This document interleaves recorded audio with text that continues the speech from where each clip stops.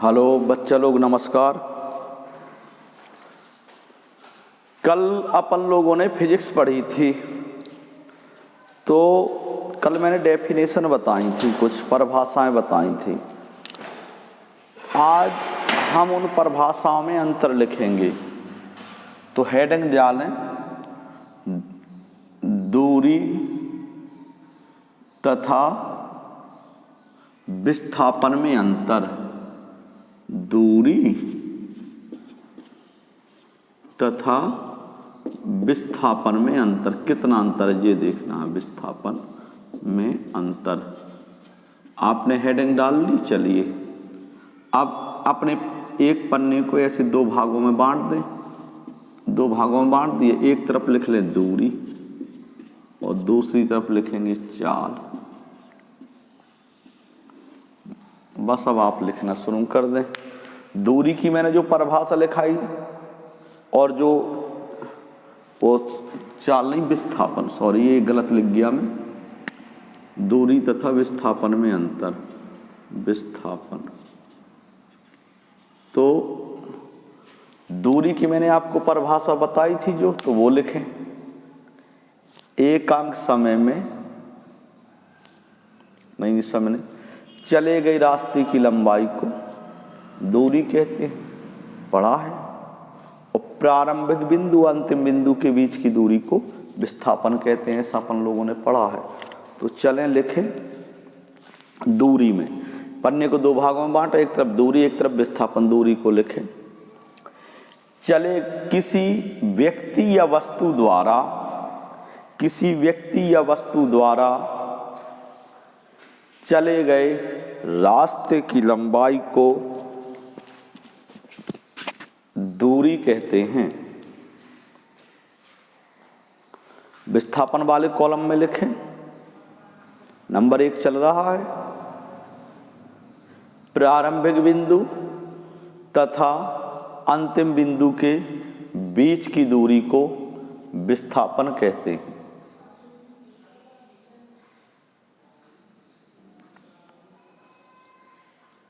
लिख लिया?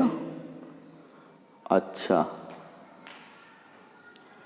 दूरी कैसी राशि है? अदिश, कल पढ़ा था। और विस्थापन कैसी राशि है? सदिश। तो नंबर 2 लिखो। नंबर 2 में दूरी वाले कॉलम में लिखेंगे, यह एक अदिश राशि है। अब विस्थापन वाले कॉलम में लिखो, यह एक सदिश राशि है। यह एक सदिश राशि है। लिख लिया?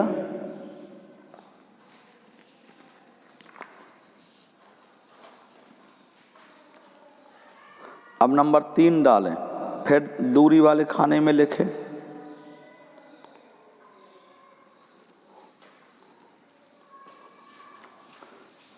दूरी जो होती है बेटा, आप कुछ ना कुछ तो चलोगे।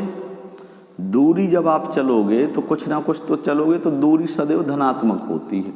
लिखो नंबर 3 में, दूरी सदैव धनात्मक होती है। नंबर 3 दूरी वाले कॉलम में लिखो, दूरी सदैव धनात्मक होती है। अब विस्थापन वाले कॉलम में लिखो, दूरी धनात्मक, ऋणात्मक, वो विस्थापन। विस्थापन वाले कॉलम में लिखो, विस्थापन सदैव धनात्मक, ऋणात्मक या शून्य हो सकता है। विस्थापन धन का भी हो सकता है। देखो, जब आप इधर से जैसे चले, आप इस तरफ को चले तो ये धनात्मक हो जाएगा, और जब बाएं साइड को आप आए तो इस तरफ को ऋणात्मक हो जाएगा। और आप जहां से चले वहीं आ गए तो शून्य भी हो जाएगा।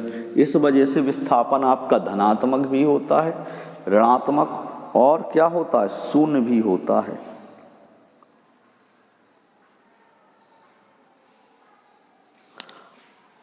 अब दूरी क्या है?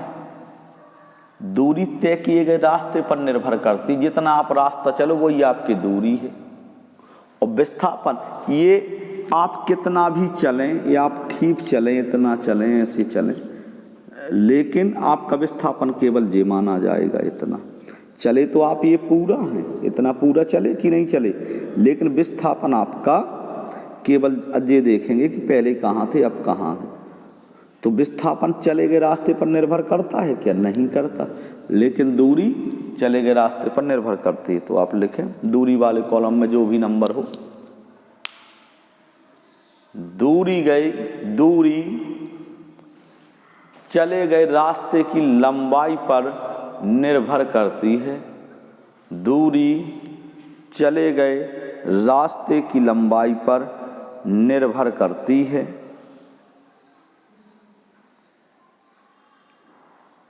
हाँ, अब विस्थापन वाले कॉलम में लिखो, यह वस्तु द्वारा तय किए गए मार्ग पर निर्भर नहीं करता। कौन? विस्थापन। विस्थापन वाले में कॉलम में लिखें, यह वस्तु द्वारा तय किए गए मार्ग पर निर्भर नहीं करता।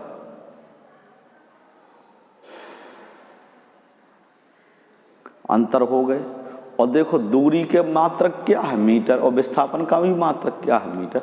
चाहो तो लिख दो, दूरी का मात्रक मीटर है। अगला कॉलम में लिखो, अगले नंबर में लिखो, दूरी वाले कॉलम में दूरी का मात्रक क्या है? मीटर। और विस्थापन का मात्रक मीटर। लिख लिया। चलिए भाई, ये आपका हो गया। किस किस में अंतर हो गया? दूरी तथा विस्थापन में अंतर आपका हो गया। दूरी तथा विस्थापन में अंतर।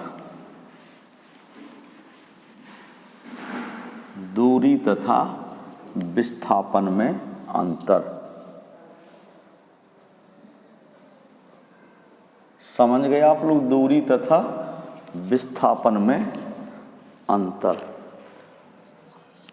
अब अपन लोग समझेंगे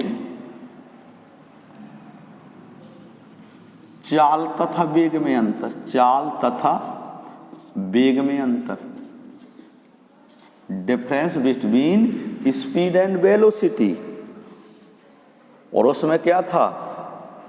difference between distance and displacement. तो चाल तथा वेग में अंतर। चाल तथा वेग में अंतर। फिर पन्ने को दो भागों में बांटा। एक तरफ लिखेंगे चाल और दूसरी तरफ लिखेंगे वेग, ऐसे। और बस लिखना चालू। नंबर 1 डालो। चाल में क्या लिखोगे? चाल की परिभाषा। पहला अंतर तो परिभाषाओं का भी हो ही जाता है। तो लिखो चाल वाले कॉलम में, एकांक समय में चली गई दूरी को चाल कहते हैं। एकांक समय में चली गई दूरी को चाल कहते हैं। और वेग की क्या परिभाषा बताई थी कल?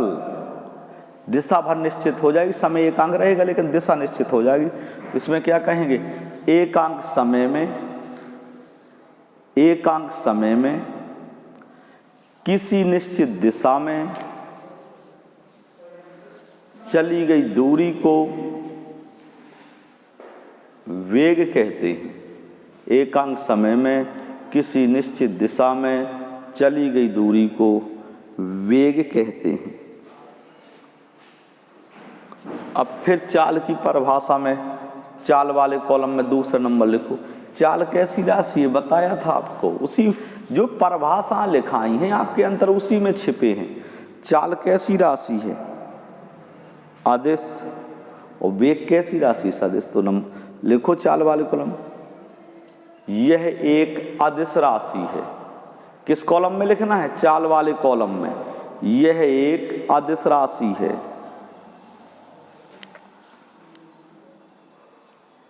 अब वेग वाले कॉलम में लिखो, वेग एक सदिश राशि है।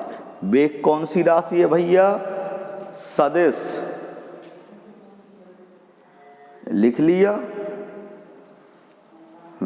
चलिए अगला नंबर डाल लें फिर चाल वाला। देखो चाल तो आप चलोगे तो क्या चाल शून्य हो सकती है? नहीं। सूत्र लिख लें अदिश राशि। अब सूत्र लिखो, चाल बराबर होता है बेटा, अगला नंबर डालो, चाल बराबर, उसी में लिख दो ए वाला सूत्र, दूरी बटे समय। चाल के कॉलम में चाल बराबर दूरी बटे समय। इस तरफ वेग वाले कॉलम में लिखो वेग बराबर विस्थापन बटे समय। तो सूत्र का भी अंतर हो गया, विस्थापन बटे समय, ये अंतर हो गया। अब और अगला नंबर डाल लो, किसी गतिमान वस्तु की औसत चाल जो है शून्य नहीं हो सकती, लेकिन विस्थापन तो शून्य हो सकता है। तो जब विस्थापन शून्य हो जाएगा तो वेग भी शून्य हो जाएगा। दूरी शून्य नहीं होती, इस वजह से चाल शून्य नहीं हो सकती। विस्थापन शून्य हो जाता है, इस वजह से वेग भी शून्य हो जाएगा।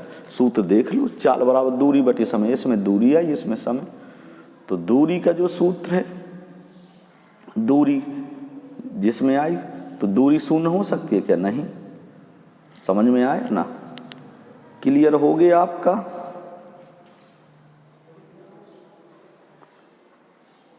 हाँ, तो लिखें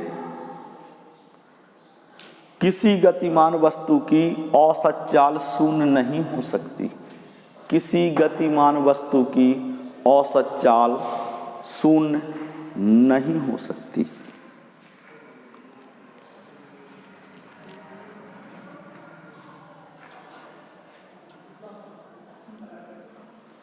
अब वेग वाले कॉलम में लिखें गतिमान, किसी गतिमान वस्तु का औसत वेग, किसी गतिमान वस्तु का औसत वेग शून्य हो सकता है। शून्य कैसे होगा? जैसे वस्तु जहां से चली वहीं आ गई तो शून्य होगा। आप वृत्ताकार मार्ग पर गति कर रहे हैं तो भी शून्य होगा। तो आपने लिख लिया। अब अगला टॉपिक आपका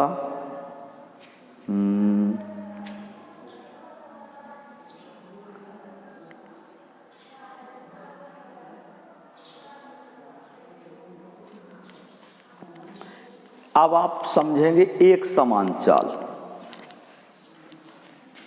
पहले तो आप लोग एक समान चाल क्या समझेंगे? पहले तो आप समझेंगे गति, क्योंकि हम आप जो पाठ पढ़ रहे हैं उस का नाम है गति। पाठ का क्या नाम है? गति।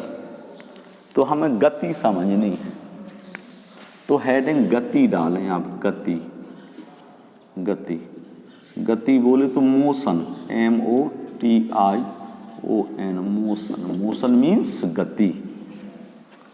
गति देखो, एक कोई निश्चित बिंदु मान लो, एक कौन सा बिंदु? निश्चित बिंदु, और वो बिंदु स्थिर है। जैसे कोई मान लीजिए पेड़ लगा है तो पेड़ तो स्थिर है, और आप की स्थिति पेड़ के सापेक्ष बदल रही है। कैसे बदल रही है? पेड़ के सापेक्ष बदल रही है। पहले आप पेड़ के सामने खड़े थे, मतलब पहले आप पेड़ के सामने खड़े थे, या कह सकते हैं कि पेड़ आपके पूरब में था।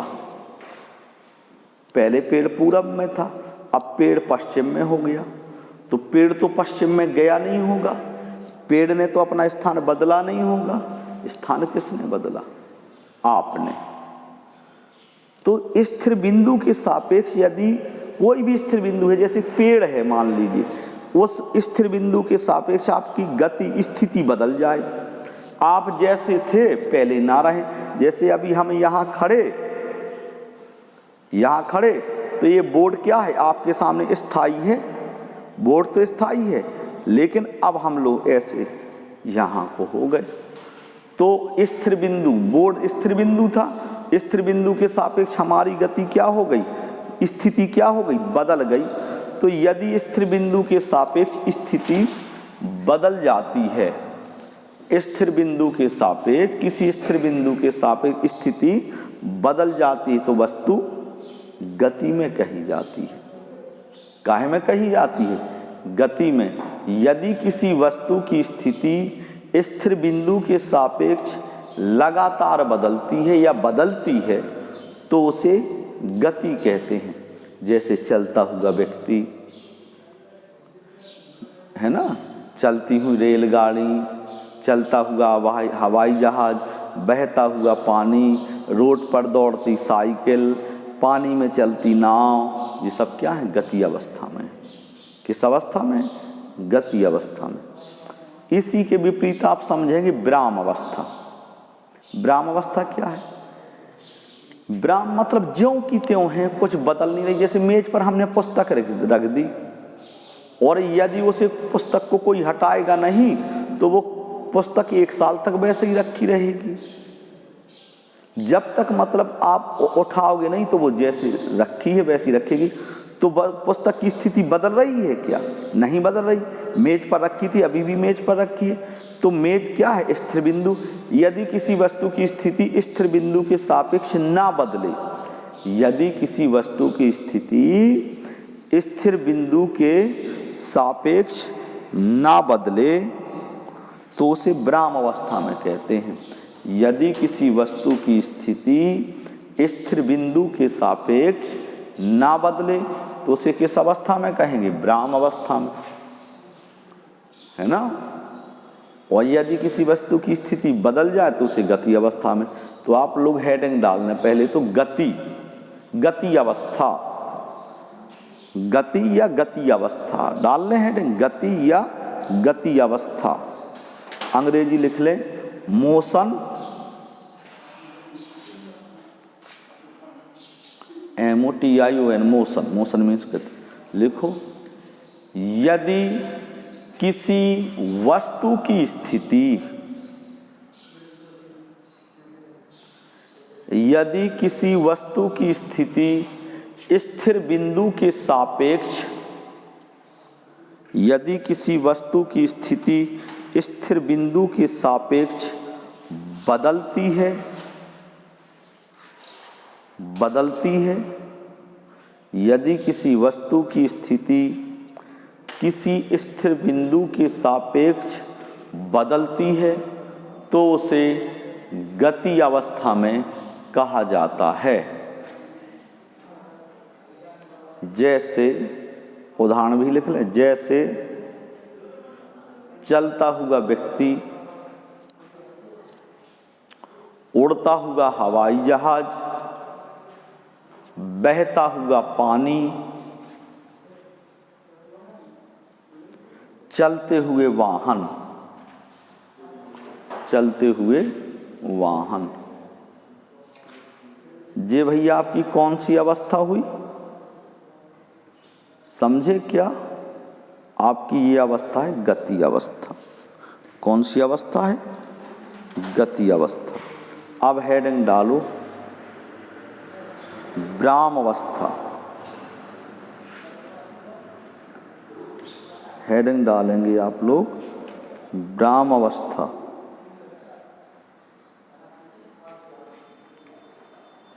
Rest stage, REST, rest stage, STAGE,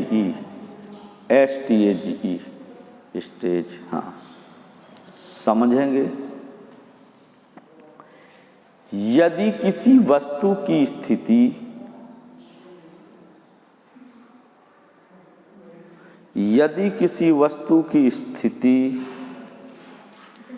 किसी निश्चित बिंदु के सापेक्ष ना बदले, यदि किसी वस्तु की स्थिति किसी निश्चित बिंदु के सापेक्ष ना बदले तो उसे विराम अवस्था में कहते हैं, तो उसे विराम अवस्था में कहते हैं। जैसे मेज पर रखी पुस्तक, मेज पर रखी पुस्तक, बिजली का खंभा, पेड़ आदि। बिजली का खंभा, खंभा, पेड़ आदि।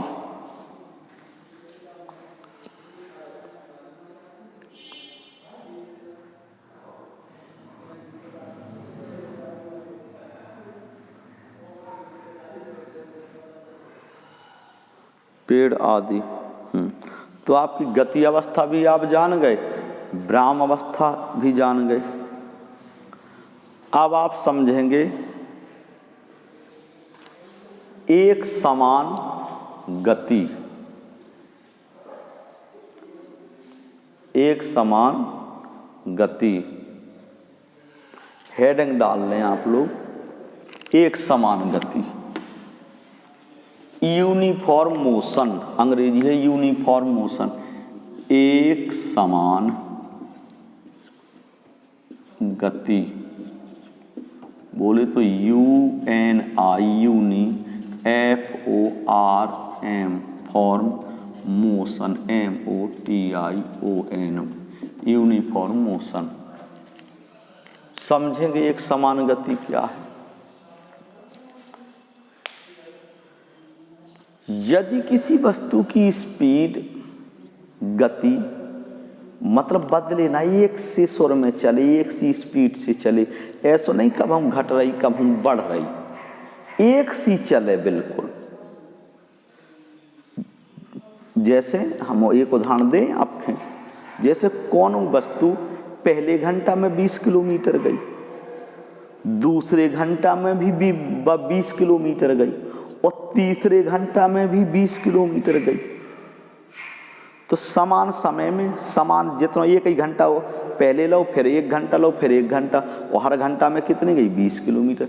यदि कोई गतिमान वस्तु समान समय अंतरालों में समान दूरी तय करे, कैसी दूरी तय करे, समान दूरी तय करे, तो उसे एक समान गति कहते हैं। तो लिखो, यदि कोई गतिमान वस्तु समान समय अंतरालों में, एक समान गति में लिखना है, यदि कोई गतिमान वस्तु समान समय अंतरालों में समान दूरी तय करे तो उसकी गति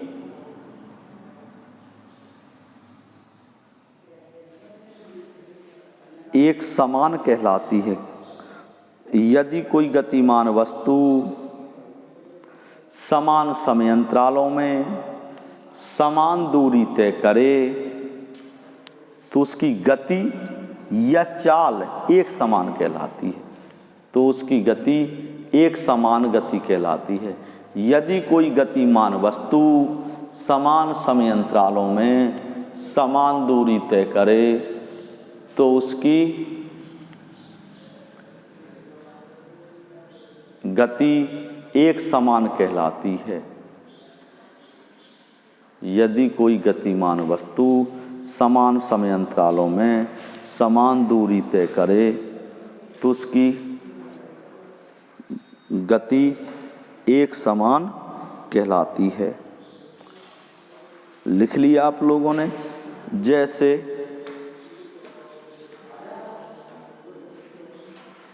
जैसे उदाहरण भी लिख लें। कोई कार,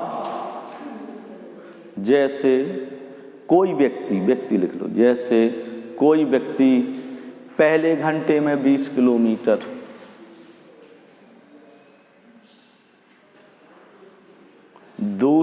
पहले घंटे में 20 किलोमीटर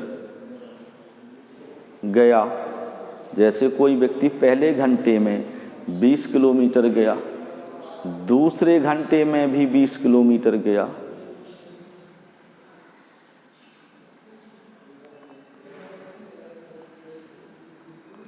जैसे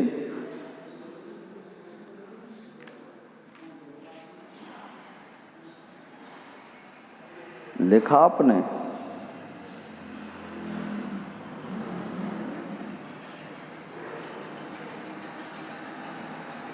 जैसे कोई व्यक्ति पहले घंटे में 20 किलोमीटर, दूसरे घंटे में 20 किलोमीटर तथा तीसरे घंटे में 20 किलोमीटर दूरी तय करता है। पहले घंटे में देखो 20 किलोमीटर दूरी की, और दूसरे घंटे में भी 20 किलोमीटर दूरी तय की, और तीसरे घंटे में भी 20 किलोमीटर दूरी तय की, तो उसकी चाल या गति कैसी कहलाई? एक समान। क्या कहलाई? दूरी तय करता है तो उसकी गति एक समान गति कहलाती है, तो उसकी गति एक समान गति कहलाती है। अब लिखो दूसरा। अब क्या लिखना है? असमान चाल। क्या लिखेंगे? असमान चाल, नॉन यूनिफॉर्म मोशन लिखेंगे। असमान चाल, NON non, UNIFORM form motion, non uniform motion. लिख लिया? नॉन, NON नॉन हो गया, UNIFORM फॉर्म मोशन। अब देखो असमान चाल मतलब कब हम कितना चल रही, कब हम कितना चल रही और कब हम कितना चल रही, तो वह चाल कैसी हो गई? असमान। जैसे कोई गतिमान वस्तु पहले घंटे में चली 20 किलोमीटर, समझना, पहले घंटे में 20 किलोमीटर चली, दूसरे घंटे में मान लो चली 30 किलोमीटर, और तीसरे घंटे में मान लीजिए चली 40 किलोमीटर। तो समय तो समान लगो, इनमें भी पहले घंटे में भी 1 घंटा लगो, दूसरे घंटे में भी 1 घंटा लगो, और तीसरे घंटे में भी 1 घंटा लगो। लेकिन यहाँ स्पीड बदल गई, 20 चल रही थी और दूसरे घंटे में वो 30 किलोमीटर चल गई, और तीसरे घंटे में 40 किलोमीटर चल गई। तो समय तो उतना ही लगो, लेकिन दूरी क्या हो गई? बदल गई, दूरी अलग अलग हो गई। तो समय तो समान है, लेकिन दूरियां कैसी हैं? भिन्न भिन्न। 20 किलोमीटर, 30 किलोमीटर, 40 किलोमीटर, दूरियां भिन्न भिन्न हो गई और समय समान है। तो यदि कोई गतिमान वस्तु समान समय अंतरालों में, समय समान हो, यदि कोई गतिमान वस्तु समान समय अंतरालों में भिन्न भिन्न दूरियां तय करे, कैसी दूरियां तय करे? भिन्न भिन्न दूरियां तय करे, तो उसे क्या कहते हैं? असमान चाल। तो लिखो असमान चाल में, यदि कोई गतिमान वस्तु